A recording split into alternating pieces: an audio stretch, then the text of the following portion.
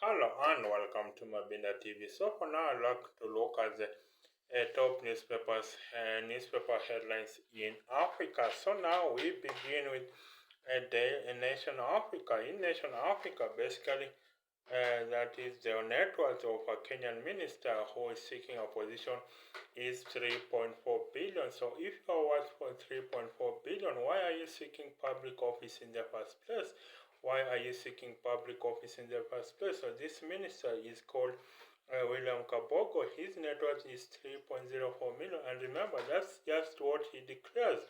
What about his net worth in other, maybe in self-tax havens? This is why I tell you, Africa is not poor. Africa is very, very rich, but that our politicians hide our wealth. They call our money. And if these people are worth all this money without producing a single product, without producing a single service, so you can see this minister William Kabogo is worth 3.04 billion shillings. That's about $34 million without producing any product or service. So why are we having such lopsided economics? This is what I say. The richest people, even though Forbes magazine lists Aliko Dangote as Africa's richest man, they just haven't done their homework well. Africa's richest people there are politicians who actively hide their wealth. This story, I'm linking it again to another story in the Vera Angola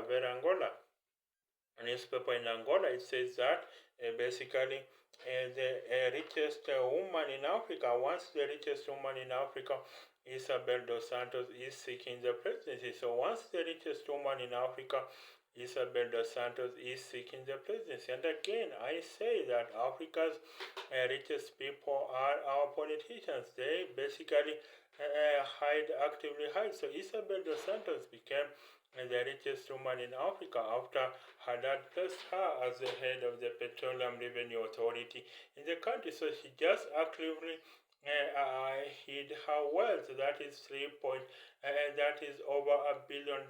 So basically, you can see that in Africa, for you to be rich is how close you are to power. Is how close you are to power, and that says a lot of things about Africans. That says a lot of things about Africans. That the way to and getting rich in Africa is through politics, to be close to power. So it is not by ingenuity, it is not by a creative genius, it is not by rare talents, it is not by rare skill.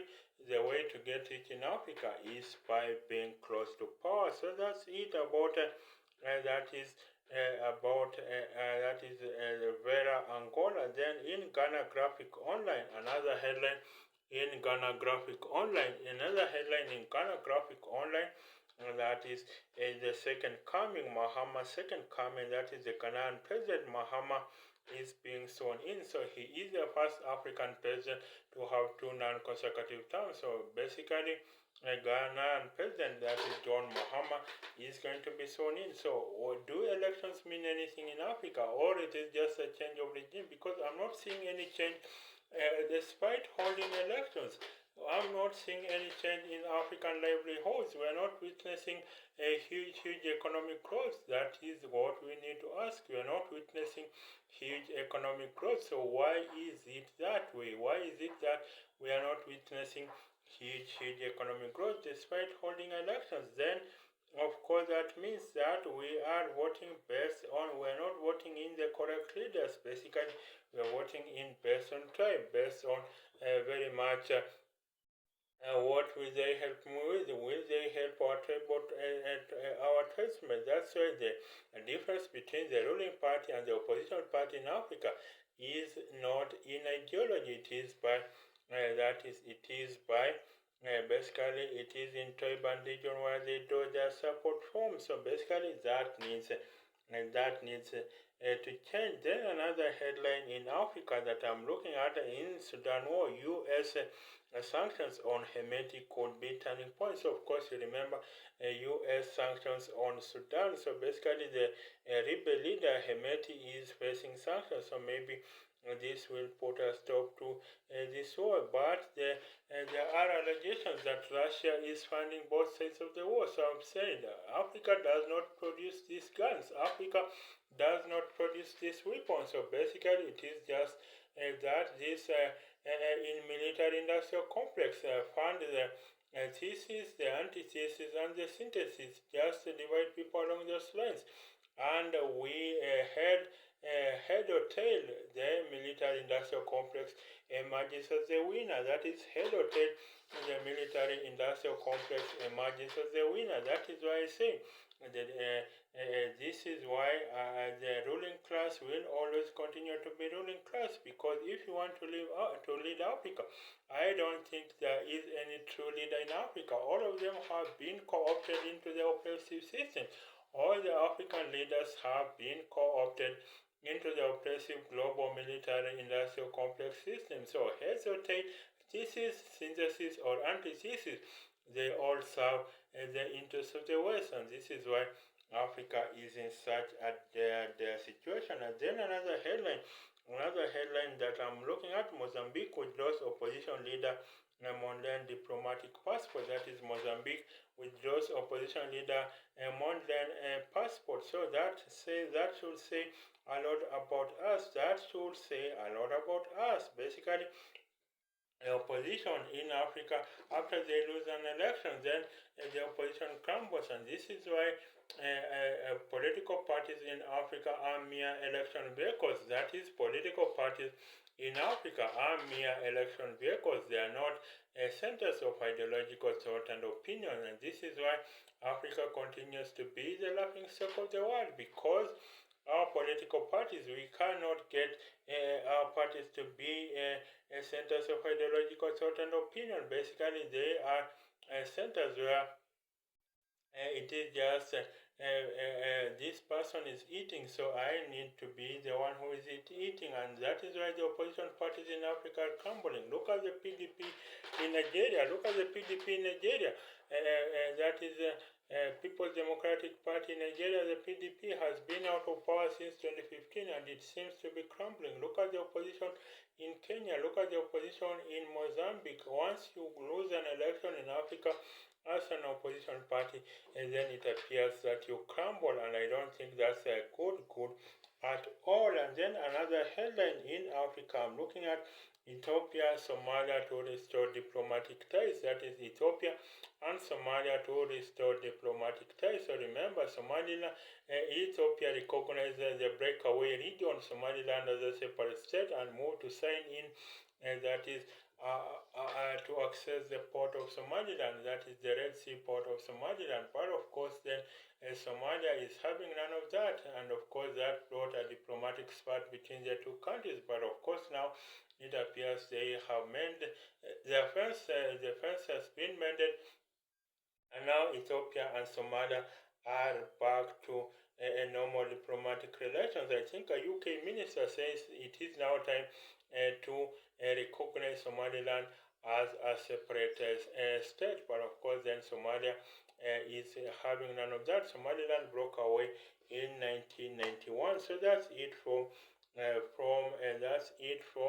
I think from Iran Online. That's a Somalian newspaper. Then from the Nigerian Guardian, that is Kano throne, Emir Sanusi reacts to appeal court judgment. That is the Kano throne. Remember, Kano still has royalty. So of course, Lamido Sanusi, Lamido Sanusi was the central bank governor, in which I think he did a perfect job, and of course then he was called back to his community to be he was called back to his community to be he was called back to his community to be the emir of Kano. So basically right now I just think that basically maybe we need to return royalty. Do you think we need to return royalty to that is African kings and chiefs? Do we need to recognize them? So that's something that we should be looking at. And then from the Daily Monitor, Uganda, IMF puts finger on cost of patching up Uganda. IMF, basically, why are we turning to IMF and World Bank when we could have our own development bank? That's the African Development Bank. Why are we turning to IMF and the World Bank? We need Africans to be able to own this IMF and World Bank. Basically, they have procured very, very difficult solutions for Africa, and I think there needs to be efforts so that then the IMF is basically we have the African Development Bank that works for us, and then basically in American politics, I think another African headline. So, what will be the Trump policy towards Africa? That is, what will be Donald Trump policy towards Africa? I just think that Donald Trump basically does not care much about Africa. He says he wants America first kind of policy, and that means that basically Donald Trump will be pushing for isolationism. That is to make Africa to make America great again. That means America first. That means that they will be pushing for Africa to be for America to be a first to return and be the leader of the world. So Africa, I don't think will have much over a say in America. I don't think Africa will have much of a say in America. So I think Americans don't put that much value in Africa. So Africa is viewed as a footnote in America's foreign policy. That's just it. Africa is viewed as a footnote in America's foreign policy. And so Africa is viewed as an aid and humanitarian hotspot. It is not viewed as a trade and investment destination. So Africa is viewed as an aid and humanitarian hotspot, and I think that just needs to change. That needs to change. So which other headline am I looking at?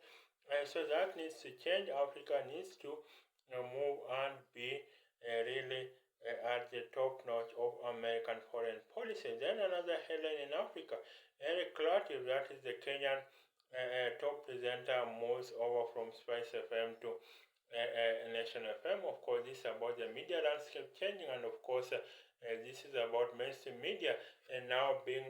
This is about mainstream media and now getting mainstream media being usurped by social media. So, of course, Eric Latif pioneered the Situation Room at Talk Radio in Kenya. I just think Space FM should have continued with that trend of 24-hour talk radio. So basically that's it for now.